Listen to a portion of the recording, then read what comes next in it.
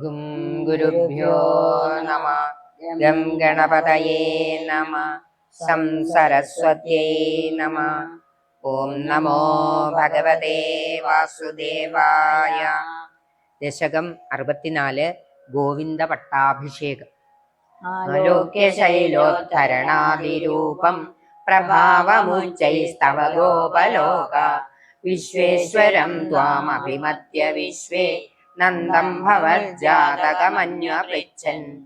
വിശ്വേ ഗോപലോകാഃ തവ ശൈലോദ്ധരണാദിരൂപമുച്ചൈഃ പ്രഭാവമാലോക്യ. ഗോകുലത്തിലുള്ളവരെല്ലാം അങ്ങയുടെ പർവ്വതമുയർത്തിപ്പിടിച്ചുകൊണ്ടു നിൽക്കുന്ന ശ്രേഷ്ഠമായ പ്രഭാവം കണ്ടിട്ട്, ഇതുവരെയുള്ള ലീലയും കൊണ്ടൊന്നും അവർക്ക് അത്രയ്ക്ക് മനസ്സിലൊരു ഉറപ്പ് വന്നിരുന്നില്ല. ഇത് 7 ദിവസം പർവ്വതം ഉയർത്തിപ്പിടിച്ച് നിന്ന ആ പ്രഭാവം കണ്ടപ്പോൾ ത്വാം വിശ്വേശ്വരം അഭിമത്യ, അങ്ങ് ഭഗവാൻ തന്നെ എന്നവര് നിശ്ചയിച്ച് നന്ദം ഭവജ്ജാതകമന്വപൃച്ഛൻ, നന്ദഗോപരോട് അങ്ങയുടെ ജാതക ഫലത്തെക്കുറിച്ച് ചോദിച്ചു. അന്ന് നാമകരണം ചെയ്യാൻ വന്ന ആ ഗർഗാചാര്യരെ ഈ കുഞ്ഞിനെ കുറിച്ച് അല്ലെങ്കിൽ കൃഷ്ണനെ കുറിച്ച് എന്താണ് നന്ദഗോപരെ പറഞ്ഞത്, ഞങ്ങളോടും കൂടെ ഒന്ന് പറയൂ. അന്ന് അദ്ദേഹം അങ്ങയോട് രഹസ്യമായിട്ടാണല്ലോ പറഞ്ഞത്, എന്താണ് പറഞ്ഞത് എന്ന് ഗോപന്മാരെല്ലാം നന്ദഗോപരോട് ചോദിച്ചു. ഗർഗോ നിർഗതിതോ നിജായ വർഗായ താതേന തവ പ്രഭാവ പൂർവാധികസ്ത്വയനുരാഗയേഷാം ഐധിഷ്ഠതാവത് ബഹുമാനഭാര. താതേന നിജായ വർഗായ ഗർഗോദിതഃ തവ പ്രഭാവഃ നിർഗതിതഃ. പിതാവായ നന്ദഗോപർ, താതേന എന്ന് പറഞ്ഞാൽ നന്ദഗോപര്, നിജായ വർഗായ തൻ്റെ കുലത്തിൽപ്പെട്ടവരായ ഗോപന്മാരോട് ശ്രീ ഗർഗമുനിയാൽ പറയപ്പെട്ട അങ്ങയുടെ പ്രഭാവങ്ങളെ പറ്റി പറഞ്ഞുകൊടുത്തു. താവത് യേഷാം ത്വയി അനുരാഗഃ ബഹുമാനഭാരഃ പൂർവാധികഃ ഐധിഷ്ഠ. അപ്പോൾ അവർക്ക് അങ്ങയോടുള്ള ബഹുമാനവും സ്നേഹവും പഴയതിനേക്കാൾ വർദ്ധിച്ചു. ഇതാണ് ഈ ശ്ലോകത്തിന്റെ അർത്ഥം. ഇനി നമുക്ക് അടുത്ത ശ്ലോകം നോക്കാം. തതോവമാനോദിത തത്വബോധ സുരാധിരാജഃ സഹ ദിവ്യഗവ്യ ഉപേത്യ തുഷ്ടാവസ നഷ്ടഗർഭ സ്പൃഷ്ട്വാ പദാബ്ജം മണിമൗലിനാദേ. തതഃ അവമാനോദിത തത്വബോധഃ. പിന്നീട് അവമാനം കാരണം മനസ്സിൽ തത്വബോധമുണ്ടായിത്തീർന്നു. ദുഃഖമുണ്ടാകുമ്പോഴാണ് നമുക്ക് തത്വബോധമൊക്കെ ഉണ്ടാവുന്നത്. എല്ലാം സുഖമായിട്ട് സന്തോഷമായിട്ടിരിക്കുന്ന അവസരത്തിലൊന്നും തത്വബോധമൊന്നും തോന്നുകയില്ല. വിഷമം വന്ന് വല്ലാതെ ദുഃഖിക്കുന്ന അവസരത്തിലാണ് ലോകം ഇങ്ങനെയൊക്കെയാണ് എന്നുള്ള ഒരു ചിന്ത വരിക. സ സുരാധിരാജ നഷ്ടഗർവ. ആ ദേവേന്ദ്രനുണ്ടായ അഹങ്കാരം എല്ലാം ഇല്ലാതെയായി.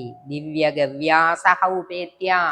ഒറ്റയ്ക്ക് വരാൻ പേടിയായിട്ട് ഈ ഭഗവാന്റെ അനുഗ്രഹം കൊണ്ടാണ് ദേവേന്ദ്രനായിട്ടിരിക്കുന്നത് എന്നത് മനസ്സിലാക്കിയ ദേവേന്ദ്രന് ഭഗവാന്റെ മുമ്പിൽ വരാൻ പേടി.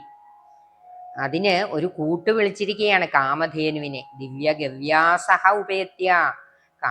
കാമധേനുവിനെ കൂടെ കൂട്ടി വന്നു. പശുവിനെ കാണുമ്പോൾ, കാമധേനുവിനെ കാണുമ്പോൾ ഭഗവാന്റെ കോപം കുറച്ച് കുറഞ്ഞിരിക്കുമല്ലോ എന്ന് കരുതിയാണ്. മണിമൗലിന തേ പദാബ്ജം സ്പൃഷ്ട്വാ തുഷ്ടാവ. തന്റെ രത്നകിരീടം കൊണ്ട് അങ്ങയുടെ ചരണകമലങ്ങളിൽ സ്പർശിച്ച് സ്തുതിച്ചു. ഇതാണ് ഈ ശ്ലോകത്തിന്റെ അർത്ഥം. ഇനി നമുക്ക് അടുത്ത ശ്ലോകം നോക്കാം. സ്നേഹസ്നുതൈസ്ത്വാം സുരഭിപയോഭിർ ഗോവിന്ദനാമാങ്കിതമഭ്യഷിഞ്ജത് ഐരാവതോപാകൃത ദിവ്യഗംഗാ പാദോഭിരിന്ദ്രോപി ച ജാതഹർഷ. ഗോവിന്ദ ഹരി ഗോവിന്ദ ഹരി ഗോവിന്ദ ഹരി ഗോവിന്ദ ഗോവിന്ദ ഹരി ഗോവിന്ദ ഹരി ഗോവിന്ദ ഹരി ഗോവിന്ദ ഗോവിന്ദ ഹരി ഗോവിന്ദ. സർവത്ര ഗോവിന്ദ നാമ സങ്കീർത്തനം. ഗോവിന്ദ ഗോവിന്ദ. സുരഭിഃ സ്നേഹസ്നുതൈഃ പയോഭിഃ സ്നേഹം കൊണ്ടു ചുരത്തിയ പാൽ കൊണ്ട് കാമധേനു ത്വാം ഗോവിന്ദനാമാങ്കിതം അഭ്യസിഞ്ചത്, അങ്ങയെ ഗോവിന്ദ ഗോവിന്ദ എന്ന തിരുനാമം ചൊല്ലിക്കൊണ്ട് അഭിഷേകം ചെയ്തു. ഇന്ദ്രഹാപിച്ച ജാതഹർഷ, ഇന്ദ്രനും ആനന്ദഭരിതനായി. ഐരാവതോപാഹൃത ദിവ്യഗംഗാപാഥോഭിഹി, ഐരാവതം കൊണ്ടുവന്ന ആകാശഗംഗാ തീർത്ഥം കൊണ്ടും അഭിഷേകം ചെയ്തു. ആദ്യം കാമധേനുവിന്റെ പാലുകൊണ്ട് അഭിഷേകം ചെയ്തു. അതിനുശേഷം ഇന്ദ്രന്റെ വാഹനമായ ഐരാവതം കൊണ്ടുവന്ന തന്റെ തുമ്പിക്കൈയിൽ എടുത്തുകൊണ്ടു പോന്നിരുന്ന ആകാശഗംഗയിലെ ജലം കൊണ്ടും ഭഗവാനെ അഭിഷേകം ചെയ്തു എന്നാണ് ഈ ശ്ലോകത്തിൽ പറയുന്നത്. ഇനി നമുക്ക് അടുത്ത ശ്ലോകം നോക്കാം. ജഗത്രയേശേ ത്വയി ഗോകുലേശേ തഥാഭിഷിക്തേ സതി ഗോപവാട, നാഗേപി വൈകുണ്ഠപദേപ്യലഭ്യാം ശ്രിയം പ്രപേദേ ഭവത പ്രഭാവാത്. ജഗത്രയേശേ ത്വയി ഗോകുലേശേ തഥാ അഭിഷിക്തേ സതി. ജഗത്രയം എന്ന് പറഞ്ഞ 3 ലോകങ്ങളും, ഭൂമി, ഊർധ്വലോകം അതായത് സ്വർഗലോകം, അധോലോകം അതായത് പാതാളം. ഈശ്വരനായ അങ്ങയെ ഗോകുലത്തിന്റെ പതിയായി അഭിഷേകം ചെയ്തപ്പോൾ ഗോപവാടഹ ഭവതഃ പ്രഭാവാത്, ഗോകുലത്തിൽ അങ്ങയുടെ പ്രഭാവം കൊണ്ട് നാഗേ അപി വൈകുണ്ഠപദേ അപി അലഭ്യാം ശ്രിയം പ്രപേദേ, നാഗം എന്ന് പറഞ്ഞാൽ സ്വർഗം, നാഗേ അപി സ്വർഗത്തിലും, വൈകുണ്ഠേ വൈകുണ്ഠപദേ അപി അതായത് വൈകുണ്ഠത്തിലും ഇല്ലാത്ത, അലഭ്യാം അവിടെ രണ്ടിടത്തും കിട്ടാത്തത്, ശ്രിയം പ്രപേദേ ഐശ്വര്യം ഈ ഗോകുലത്തില് ഉണ്ടായി എന്നാണ് ഈ ശ്ലോകത്തിൽ പറയുന്നത്. നമുക്കിനി അടുത്ത ശ്ലോകം നോക്കാം.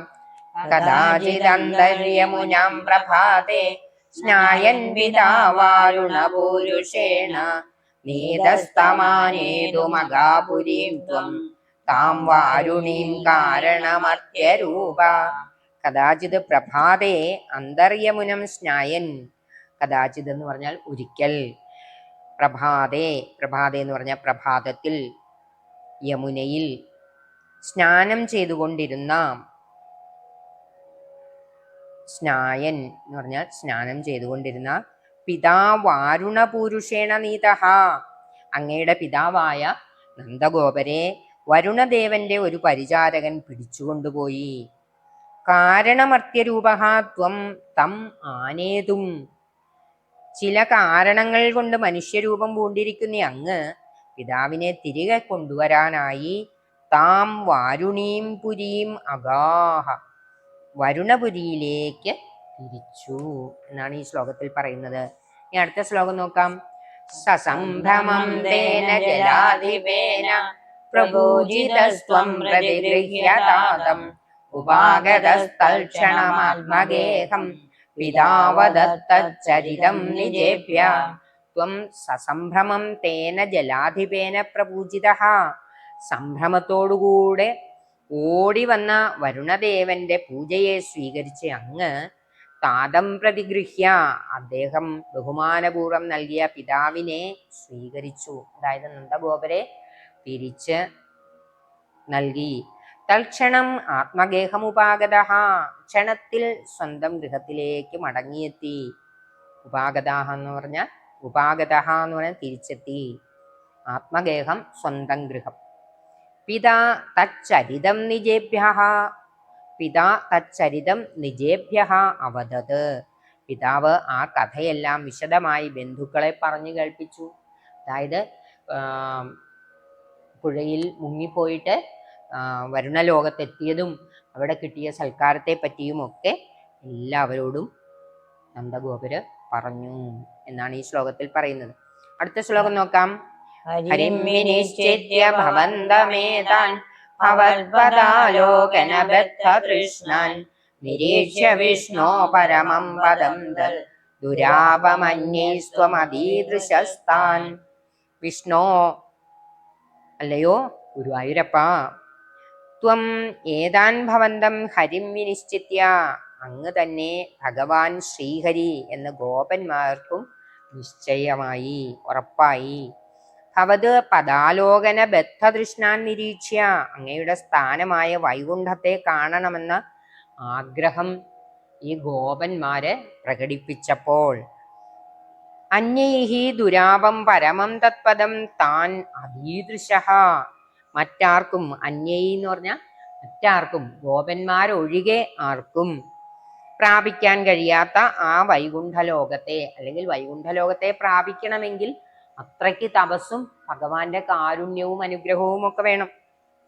അതൊന്നുമില്ലാതെ ഈ ഗോപബാലന്മാർക്കും ഗോപന്മാർക്കും അവിടെ എത്താൻ സാധിച്ചു. അവർക്ക് വൈകുണ്ഠ ലോകത്തെ ഭഗവാൻ കാണിച്ചു കൊടുത്തു എന്നാണ് ഈ ശ്ലോകത്തിൽ പറയുന്നത്. അടുത്ത ശ്ലോകം നോക്കാം. സ്ഫുരത്പരാനന്ദര സപ്രവാഹ പ്രപൂർണ കൈവല്യ മഹാപയോധൗ ചിരം നിമഗ്നാ ഖലു ഗോപസംഘ ത്വയൈവ ഭൂമൻ പുനരുദ്ധൃതാസ്തേ. ഗോപസംഘാഹ, അതായത് ഗോപന്മാരെല്ലാം സ്ഫുരത് പരാനന്ദരസപ്രവാഹ പ്രപൂർണ കൈവല്യ മഹാപയോധൗ ചിരം നിമഗ്നാഹ ഖലു. അവര് വൈകുണ്ഠത്തിൽ ചെന്നിട്ട് പ്രകാശപൂർണമായ പരമാനന്ദ രസത്തിന്റെ പ്രവാഹം കൊണ്ട് സിദ്ധിച്ച മോക്ഷമാകുന്ന സമുദ്രത്തിൽ വളരെ നേരം മുഴുകി നടന്നു. ഭൂമൻ പുനഃ തേ ത്വയാ ഏവ ഉദ്ധൃതാഃ.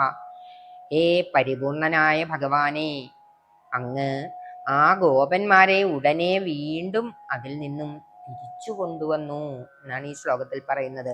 ഇനി അടുത്ത ശ്ലോകം നോക്കാം.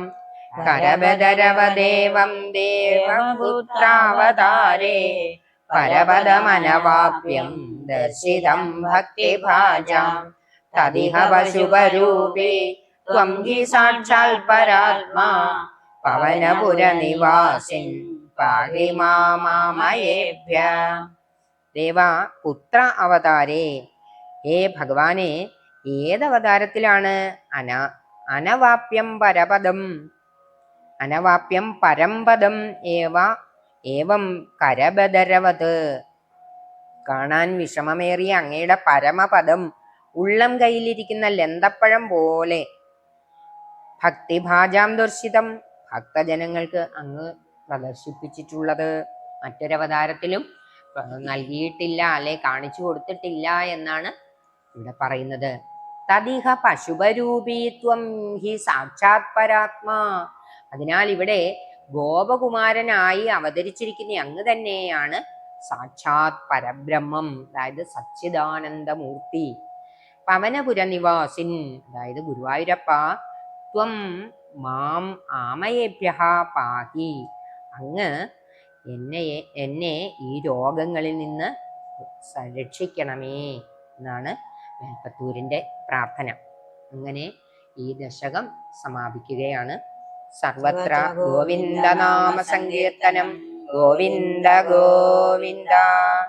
കായേന വാചാ മനസേന്ദ്രിയൈർവാ ബുദ്ധ്യാത്മനാ വാ പ്രകൃതേ സ്വഭാവാത് കരോമി യദ്യത് സകലം പരസ്മൈ നാരായണായേതി സമർപ്പയാമി. സർവം നാരായണായേതി സമർപ്പയാമി.